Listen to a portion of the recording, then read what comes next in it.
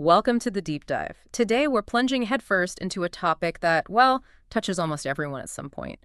How to handle manipulation, how to deal with it without losing your cool, your power, or even your mind. That's right. And this isn't just about, spotting the red flags. It's really about giving you a shield, a kind of strategic playbook for those moments. Those moments when you feel pressured or confused or just plain off-kilter in a conversation. We're drawing from some incredibly powerful insights today from a guide called Disarming the Manipulator, a guide to ethical influence. Exactly. And our mission today is really to distill the core wisdom from this guide. We want to offer you a shortcut, essentially, to understanding the subtle maneuvers manipulators use. And maybe more importantly, we want to equip you with tools. Tools to maintain your footing, stay in control. Yeah. And even gently steer these really challenging interactions toward a more productive, maybe healthier outcome. It's about becoming incredibly well-informed, not just about their tactics, which is key, but also about your own reactions and vulnerabilities. Your own triggers. Precisely. Think of it as intellectual self-defense. Okay. So, if you've ever walked away from a conversation feeling drained or wondering what just happened, or maybe like you just agreed to something you didn't really want to, then this deep dive is absolutely for you. Imagine you're trying to collaborate on a project, maybe with a colleague, or you're navigating a tricky family discussion, and suddenly the whole air shifts. You feel? You feel that subtle pressure, maybe a strange guilt, or just this overwhelming urge to agree and make it stop. How do you recognize that moment, and how do you regain control? That's the crucial knowledge we're trying to uncover today. So, get ready for some surprising facts and some truly practical strategies. Okay, let's unpack this. The material kicks off with a pretty stark warning, actually. It's vital. It is. Manipulators thrive in the shadows of quick judgments and hidden motives. They actively exploit our very human biases, our deep-seated need for certainty, and frankly, our blind spots. So the very first and truly crucial step the guide stresses is simply to slow down. Yes. Don't let fear or anger or even that sudden rush of flattery push you into making these snap conclusions. That immediate knee-jerk reaction, that's precisely where the danger often starts. Indeed. And what's absolutely fascinating here is the psychological groundwork behind it. The guide explains that when you're faced with information that conflicts with what you already believe, well, you feel real, tangible discomfort. Right, that dissonance. Exactly, cognitive dissonance. Your brain, the natural tendency is to tune it out, to reject the challenging information. And guess what? A cunning manipulator counts on that reaction. You're banking on it. They are. So if your colleague spins a story that sounds a bit fishy, your mind might instinctively defend your old beliefs about them or about the situation, instead of taking that crucial moment to question the new, uncomfortable information. And this is precisely where the guide stresses the urgent need for, well, humility and curiosity right from the very start of any challenging interaction. It feels counterintuitive, but it's incredibly powerful. So you're saying we actually need to lean into the uncertainty. That reminds me of what the poet John Keats called negative capability. Yes. It's like being able to just sit in that messy, uncomfortable space of, I don't know, without immediately jumping to conclusions or forcing an answer. Exactly. It's like trying to untangle a complex knot, You can't just yank it. You have to patiently feel for the loose ends. That willingness to stay in doubt, even when you feel pressured, must be incredibly powerful against a manipulator, isn't it? It is, precisely. And Socrates, of course, famously said, "The unexamined life is not worth living." In this context, it means constantly questioning not just our motives, but critically your own reactions. This open-minded patience, as our material highlights, is your absolute best defense against their smoke and mirrors, because it prevents you from falling into their preset emotional traps. It lets you see clearly. It lets you see clearly rather than reacting blindly. You absolutely must resist that immediate urge to label or dismiss or fight back. Just pause. All right, let's get specific then. What are some of the common moves we really need to be on high alert for? When that colleague or that family member starts to shift the dynamic, what are the tells? The signs that a manipulator is trying to play a game? And how do we immediately, disarm them? Okay, the guide lists several key emotional tricks manipulators frequently use to steer you off balance, to trip you up, really, and gain an unfair advantage. You need to recognize these red flags the moment they appear. First, there's guilt tripping. This one hits hard because it weaponizes your sense of responsibility. Oh, yeah. The classic, after all I've done for you. Exactly. When someone throws that at you, here's the real insight. It's often a sign of their weakness or insecurity, not necessarily your actual debt. True generosity is given freely, right? Yeah. Without expecting repayment or control down the line. Right. So your immediate counter move, pause. Yeah. Just pause and ask yourself, is this a genuine expression of their feeling, or is it a calculated attempt to make me feel obligated? Don't respond to the implied debt, just notice it. That's a great distinction. Okay, what's next on the list? Second, flattery. And this isn't genuine appreciation we're talking about. It's insincere praise used purely as a tool to get favors. With strings attached. Often with very clear, unspoken strings attached. It feels good, right? Your ego might do a little happy dance, but here's the warning. If the praise feels way out of proportion or it comes right before a big ask. Alarm bells. Big alarm bells. It's likely a trap. Your counter. Accept the compliment politely, sure, but don't let it sway your judgment or your commitment. Maintain your boundaries. Don't get bought cheap. Okay, so don't let the ego take the wheel. What about when things get really murky, like with lying? Ah, yes. Third, lying or distortion. This is where they twist facts or tell outright lies to control the narrative. This is particularly dangerous, obviously. And when challenged, and this is important, they might feign ignorance, acting like they have no idea what you're talking about. The who me routine. Exactly. Or they'll spin a completely different story to distract you, change the subject.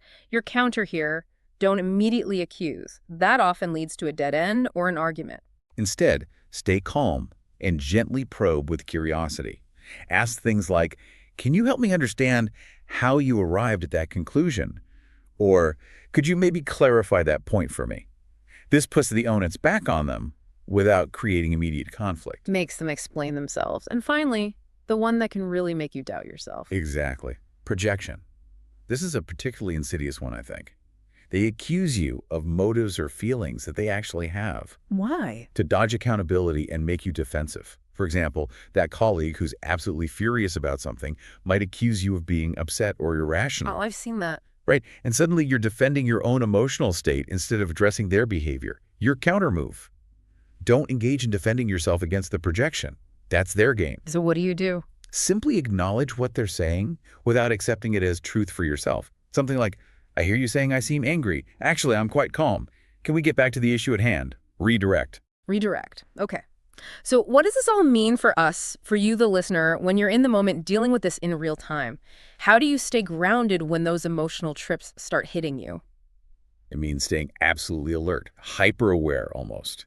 When that familiar discomfort of guilt or that unexpected warmth of flattery or just a sudden wave of confusion crops up during a conversation, you need to flag it immediately, internally. The guide suggests a crucial self-question, almost like a mental alarm bell.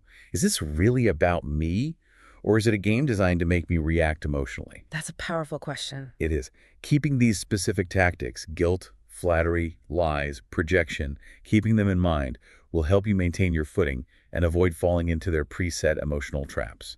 This isn't about paranoia. It's about careful, strategic observation. Okay. So our minds crave these quick judgments, right? And the material points out that underestimating a manipulator can be truly dangerous. It says we need to hold back our snap opinions no matter how strongly we feel them. That's a huge challenge, though. It is a huge challenge. And it taps right back into that concept of cognitive dissonance we mentioned earlier. When new information contradicts our beliefs, we naturally feel that uncomfortable urge to reject the challenge. Yeah, it's easier to dismiss it. It is. And here's the critical point. The manipulator wants you to feel that discomfort. They thrive on it. Because when you do, you might then refuse to see any truth they speak, even if there's a kernel of it. Or, paradoxically, you become so defensive that you completely miss the real point they're trying to obscure. It's a lose-lose if you react instinctively. It's like a mental judo move they're trying to pull on you. So the counterintuitive strategy is to actually suspend our own judgment, our preconceptions, even if the person seems really shady and our gut is just screaming a warning. That feels like giving them more power. On the surface, yes, it feels risky. I get that. But think of it as a strategic move, not a sign of weakness. Admitting maybe just to yourself initially, I don't know all the facts here, or maybe I could be wrong about this part, can actually throw them off balance. Because they expect confrontation. They expect you to push back hard. When you don't, they might actually relax a little. The advice is to think of yourself as an investigator. Okay. You're carefully collecting clues rather than launching an attack. Stay curious, not confrontational. Tell yourself that any opinion you hold right now is just a working theory, not some absolute truth carved in stone. This allows you to gather more information calmly, rather than getting entangled in a reactive battle of wills. Like, lowering your own shield strategically so you can see their true intentions more clearly. Okay, that makes sense. This leads us straight to the power of the Socratic approach, doesn't it? Instead of arguing, the material strongly advises we should be asking questions, almost like we are the curious student in the room.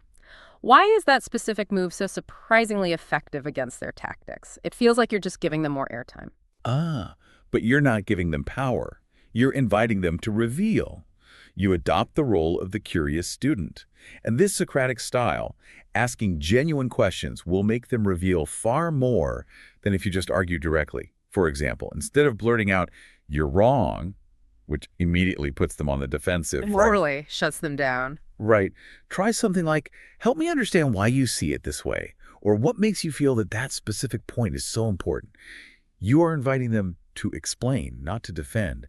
They expect a fight.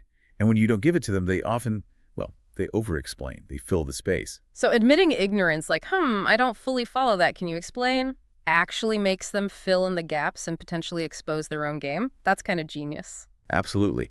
This position of seeming vulnerability on your part often flusters a manipulator who expects you to defend yourself or react angrily.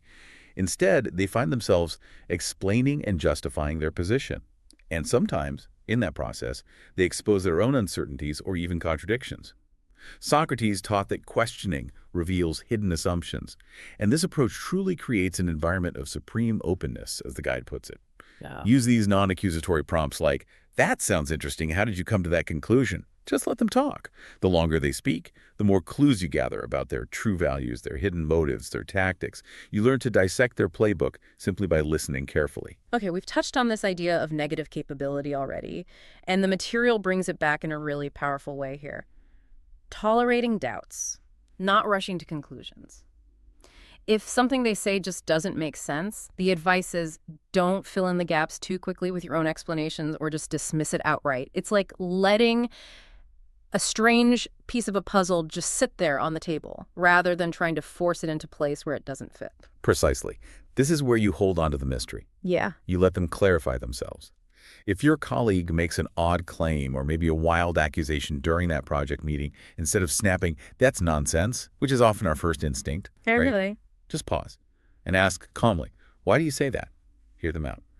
By not shooting down their words immediately, you allow them to unpack their reasoning, which may very well be flimsy. And often, a better, more accurate understanding of their true intent emerges than if you had simply dismissed it in frustration. You're essentially creating space for them to reveal themselves. This raises a really important question, though. What happens when you suspect they're outright lying or twisting facts, and you feel that surge of certainty, that gut punch of, I know that's not true? The guide offers advice for that specific moment too, right? Because just calling them out directly can really backfire. Yes, and this is a critical high-stakes moment. Yeah. Whenever you feel certain you've caught a lie or a distortion, the guide warns, don't blurt it out. Resist that urge. Easier said than done. Oh, absolutely. Yeah. But instead, use that powerful tool of curiosity again. Ask something like, "Wait, can you tell me more about that?" Or maybe, Yeah. "I'm not sure I understand how you got there. Can you explain that further for me?" A cunning manipulator might mistake your silence or your apparent confusion as a sign that they're winning, that you're buying it. And in their eagerness to keep you hooked, or maybe solidify their narrative, they may inadvertently reveal even more details, more inconsistencies, or sometimes even outright admissions. You're creating a space for them to expose themselves. Rather than engaging in a direct fight you might not win, it's like inviting them to weave a longer rope that they might just trip over. Wow, okay. So one of the most powerful tools mentioned throughout is true active listening. What does that really mean in this high-stakes context? When you're dealing with someone you suspect is manipulative, is it just about hearing the words they say? Not at all. It's much deeper. The psychologist Carl Rogers noted that when a person listens truly well, it feels like one of the most accessible and powerful forms of connection. Even with someone you perceive as a manipulator, if you really listen with genuine strategic attention, you build an immediate bridge. They will notice that you care enough to hear them out, that you're engaged. And this can significantly lower their guards. It disarms them. It can, yes. It's about disarming them through genuine, albeit cautious, attention. Most manipulators are used to people reacting emotionally or just arguing back. Mhm. When you simply listen, really listen, you become an anomaly. They don't quite know what to do with that. So how do we put that into practice? When we're trying to protect ourselves but also guide the conversation, what does active listening look like? Well, physically, you can lean in slightly, Mm-hmm. maintain steady eye contact, but remember, not an angry stare, more like a curious, engaged gaze. Nod at appropriate times, make little affirmative sounds like I see or uh-huh. Okay. These subtle cues signal, I'm paying attention, I'm tracking with you. Avoid interrupting, even if you're bursting to jump in. It's perfectly okay to allow a few silent seconds after they finish speaking. Really? Silence is okay? Oh, silence can be incredibly powerful. Often the manipulator will feel compelled to fill that gap with more details or even admissions. They rush to fill the void. And when you do speak, try paraphrasing what they just said. So what I'm hearing is, you felt X, or it sounds like you're saying Y. This reflection does two things.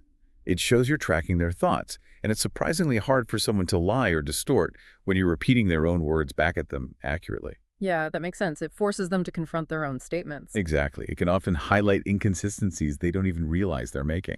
And what about follow-up questions? Should they be really specific or more broad? How do you avoid it sounding like an interrogation? Good question.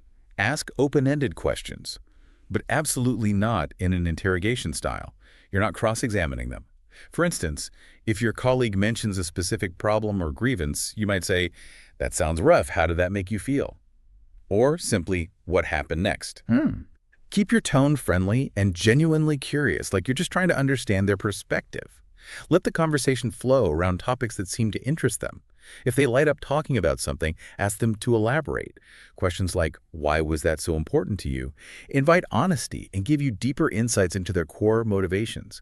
You're essentially building a psychological profile on the fly. So by listening like this, you become the interesting audience, completely flipping the dynamic. They become the ones performing, telling their story, rather than you feeling like you're constantly on the spot. That's a powerful mental shift. It is. They become the star of their own narrative. And this flips the usual dynamic. Instead of you feeling under scrutiny, they are the one talking and revealing. And the better you listen, the more they'll talk, and the more clues you'll gather. Studies show people feel much more connected to those who listen empathetically.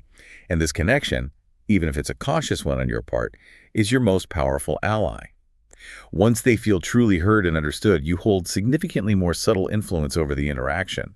You've earned their ear, and perhaps found a crack in their defenses. Okay, so while we're listening, the guide points out you're also quietly building rapport, this bond of mutual liking, or at least understanding. Persuasion research emphasizes this constantly. People are much more open to suggestions from someone they trust and like. But with a manipulator, you have to walk a very fine, almost dangerous line. Appear friendly and understanding, but crucially keep your wits about you. Never drop your guard entirely. That sounds like a really delicate dance. It truly is. You validate their feelings where you can, even if you strongly disagree with their reasoning or their conclusions. If your family member says they are hurt or upset by something, acknowledging it, saying something like, "I see why you'd feel that way," shows empathy. You don't have to agree. You don't have to agree with their conclusion, just recognize their emotion. This makes them feel understood, which is absolutely key. Likewise, if they have a genuinely good idea or make a legitimate point, say so. Give credit where it's due. Exactly. Yeah. People naturally like those who make them feel smart or reasonable. When they're talking themselves up, maybe smile and encourage it slightly. You might say, "You really thought that through. I appreciate your insight on that." The material also mentions mirroring body language. How subtle should that be? Are we talking about, like, mimicking them exactly? No, definitely not mimicking. That can come across as creepy or mocking. Subtly, yes. If they lean forward, you might lean in a bit too. If they keep a calm, relaxed pose, you try to mirror that calmness. This subconscious mimicry signals we are on the same page, building a subtle sense of connection. But don't overdo it or make it obvious. You're aiming for warmth and understanding without giving away your own vulnerability or signaling that you're being easily swayed. Right. The goal is for them to feel like you get them, lowering their defenses just enough to make them more open to your eventual influence. It's like a subconscious handshake, establishing a baseline of connection. Okay, now comes the really subtle, almost strategic part. Gently guiding their thoughts. Because you've listened so deeply, you now know what truly matters to them, their needs, their desires, their fears, their stated priorities. This is the intelligence you've gathered through that active listening. This is incredibly powerful information, yes. Yeah. And as the payoff for all that careful listening and observation, the absolute key here is to frame any suggestion you make as if it's their idea or entirely in their best interest. Make it about them. Completely. People instinctively resist feeling wrong or out of line, so you must absolutely avoid confronting them directly or making it seem like you're imposing your will. Instead, you lead them using their own stated values and priorities. You're not imposing, you're helping them arrive at your conclusion, ideally believing it's their own. So if that colleague you're working with has revealed that their reputation for efficiency is incredibly important to them, you emphasize how your suggestion perfectly matches that goal. Precisely. You create a bridge directly from their self-interest to your proposal. For example, you might say, it sounds like you really want to ensure this project runs smoothly and efficiently, protecting your reputation for getting things done well. What if we consider an approach that guarantees consistency and avoids those last-minute rushes? This could give you that very efficiency you're talking about. You're aligning with their values. Exactly. You're not imposing your idea. You're building a clear path from their priority to your suggestion. People are fundamentally self-interested, as Machiavelli noted. Your job is to show them the game, whether it's safety, respect, efficiency, success in your proposed plan. Make it logical from their point of view. And the principle of consistency must be a powerful lever here too, right? People like to see themselves as rational and consistent. They absolutely do. It's a strong psychological driver. Once they've heard themselves express a priority like efficiency or honesty, reminding them of it when you present a solution makes them feel they are staying true to themselves by agreeing with you. Ah, interesting. For instance, after they've spoken a lot about valuing honesty and transparency in your discussion, you might later say, "You mentioned earlier that honesty is paramount to you in these kinds of collaborations." Well, the approach we're discussing now is completely transparent, which I think is right in line with that value you stated. They'll likely think, yes, I do value honesty, and feel your idea is simply a natural extension of their own stance. They've just convinced themselves with your gentle guidance. But what if they still have doubts? Or they push back on your subtly introduced idea? That's when it feels like the whole delicate structure might collapse. Is there a way to guide them back without sounding argumentative or defensive? Yes, and this is crucial. Don't get defensive. That's often exactly what a manipulator wants to draw you into a fight. Instead, invite their concerns openly. Address them calmly, one by one. Say something like, I realize you might worry about X. Let's talk about that specifically. Listen carefully to each objection, then gently relate it back to their stated goals and how your solution addresses that very concern. You might say, you're right that safety is a concern. That's precisely why this solution has these strong safeguards built in exactly the kind of security you mentioned wanting earlier. Connecting it back again. Always connecting back. By the time you're done addressing their concerns this way, they may not even realize how much you influenced the outcome. They'll just genuinely think it was largely their idea, or that your idea was the obvious solution given their own stated priorities. This is the subtle art of ethical influence, helping them find their way to your desired outcome. Okay, the guide offers another crucial lesson here, drawing from Machiavelli again. Control how you appear. It states it's often much safer to be feared than loved, which in our context seems to mean projecting confidence and unwavering stability. We should never, under any circumstances, let the manipulator see panic or confusion in us. That's absolutely right. Your outward demeanor is paramount. Speak in a calm, steady tone, even if you're feeling ruffled or anxious inside. If they try to rile you, to push your emotional buttons, keep your voice even and measured. Don't raise it. Don't let it tremble. People are instinctively drawn to, or at least respect, those who seem grounded and unshakable. Project quiet confidence through your body language, too. Sit or stand upright, shoulders back. Maintain direct eye contact, but again, not an angry stare, more of a steady, unflappable gaze. Like an anchor. Exactly. This nonverbal strength posture sends a clear signal. I am secure. I am in control of myself. I am not easily swayed. If you show uncertainty, if you slouch or fidget or have darting eyes, they may sense weakness and pounce. Better to let them wonder what's really going on in your mind. Let that uncertainty be their problem, not yours. The material also brings in Schopenhauer's insight, reminding us that people are often driven more by irrational desires and emotions, not just pure logic. That feels like a real game changer when you're trying to persuade someone, especially someone manipulative. It's a profound point that's often overlooked in conflict situations. In practice, this means you absolutely must start with empathy for their emotional landscape, even if you don't agree with it. Rather than lecturing them about what is rational or what should be done logically, try speaking directly to their feelings or underlying desires. For example, if you're trying to get a family member to agree to a new financial plan, saying, "This plan will save us money," appeals to reason. But saying, "This plan will give us more financial security so we can worry less and relax more," appeals directly to a powerful desire, to an emotional goal. The latter is often far more persuasive because it connects to an underlying emotional drive. Recent research consistently shows that messages loaded with emotion often sway people more profoundly than dry facts ever could. That makes sense. Appeal to the heart, not just the head. And what about avoiding arguments? Even when you know you're right and you have all the facts lined up, that's so incredibly hard sometimes, just biting your tongue. Oh, it's very hard. Yeah. But Schopenhauer warned that nobody likes to be proven wrong.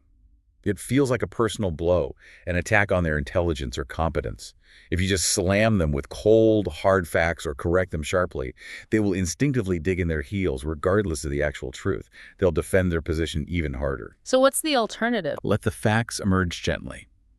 If you need to correct a misconception, try doing so as a neutral question. Is it possible there's another way to look at that, maybe considering this other piece of information? This allows them to come to the insight themselves, or at least feel like they're part of the discovery process. Keep your tone modest. Let them think they're the clever ones, that they arrived at the correct conclusion themselves. Remember, your goal isn't necessarily to win the argument in the moment, but to achieve your overall objective ethically. So compassion and understanding can actually be a powerful tool too, even with someone acting manipulatively. That feels almost counterintuitive again. You feel like you should be tough. It is counterintuitive, but it's crucial. Schopenhauer emphasized understanding human suffering, human drives. A manipulator is often, deep down, unhappy or insecure. Their need for control often stems from their own fears or perceived inadequacies. If you can show genuine understanding of any real struggles they might share without pitying them overtly, because they might exploit that, they'll often soften, at least slightly. At that point, persuasion can transform from an adversarial struggle into something closer to shared problem solving rather than a fight you have to win. It becomes about finding a path forward together because you've managed to see past their defensive facade, even just for a moment. This guide really provides such a clear step-by-step strategy for turning the tables ethically against a manipulator. It's truly a playbook for you, the listener, to have in your back pocket. It is, and it's worth summarizing those steps clearly. Here's what to keep in mind. 1. Stay centered. Before, during, and after any interaction, mentally keep orbiting your own values and goals, not theirs. Know your non-negotiable boundaries ahead of time. Got it. Know your core. 2. Ask open questions. Use that Socratic style. When they make a statement, ask why or how. Avoid simple yes-no questions, which manipulators can easily bat away or use to box you in. 3. Use their language. When appropriate, mirror their specific words and phrases when framing your suggestions.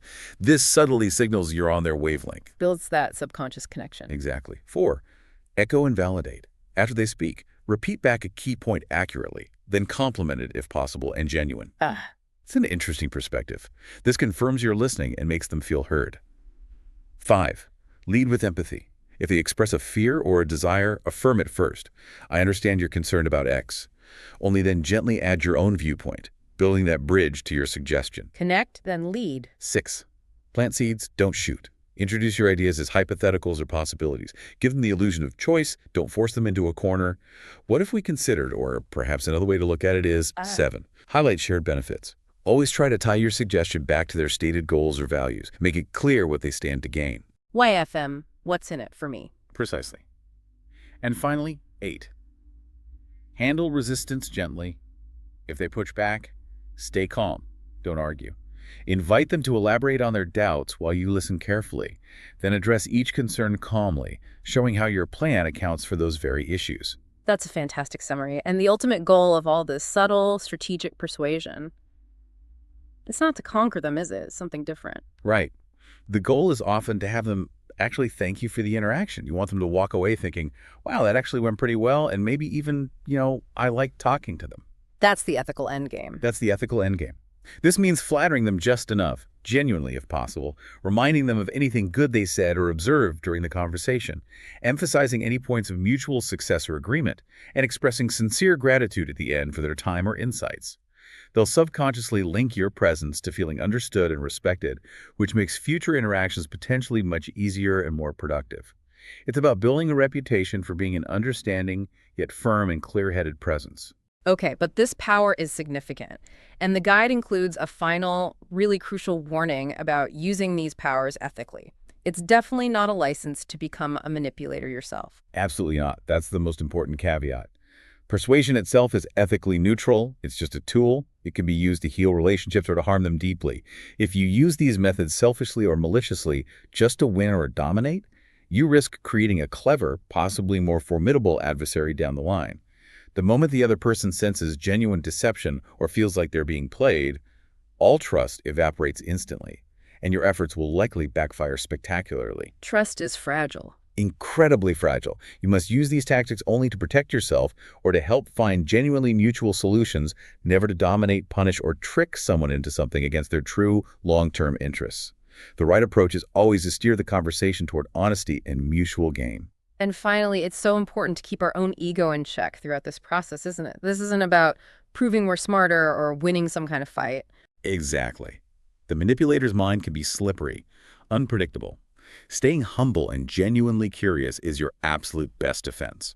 And when in doubt, remember Socrates and Schopenhauer. The goal is always to understand, not simply to win a war of words. As the guide concludes, outsmarting a manipulative person usually means listening deeply, asking those open-ended questions, and gently guiding them using their own stated values and desires. Stay calm, adapt as needed, and treat the entire conversation like a curious investigation. If you do this sincerely, you'll protect yourself effectively, and you might even help the other person see things a bit more clearly too, leading to a much better outcome for everyone involved. Wow, what a deep dive that was. We've unpacked some incredibly powerful and frankly quite subtle insights today from disarming the manipulator. We've shown you how to navigate these really challenging interactions, how to spot those insidious signs of manipulation, and maybe most importantly, how to respond with a calm, strategic presence. It's really about understanding their playbook so you can write your own script for how you want the conversation to actually unfold. And just to reiterate, this isn't about becoming manipulative yourself, not at all. It's about fostering ethical influence, building genuine connection where possible, and ultimately, protecting yourself while seeking real understanding. These techniques might feel like a sophisticated game when you're first learning them, maybe even a bit unnatural.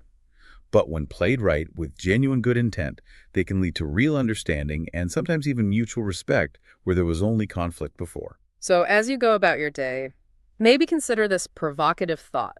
How often do you find yourself rushing to certainty, needing that quick answer when confronted with a difficult or uncomfortable conversation? And what unexpected discoveries might you unlock if you allowed yourself to embrace the discomfort of negative capability instead? Just staying with the, I don't know, for a bit longer. And perhaps the next time you feel a conversation becoming challenging, or you sense those subtle shifts towards manipulation starting to happen, ask yourself this: am I listening just to plan my reply? Or am I truly listening to understand the whole picture? And what subtle ethical power might that simple shift in your approach unlock for you? Thank you so much for joining us on this deep dive. We genuinely hope these insights empower you in your conversations and relationships.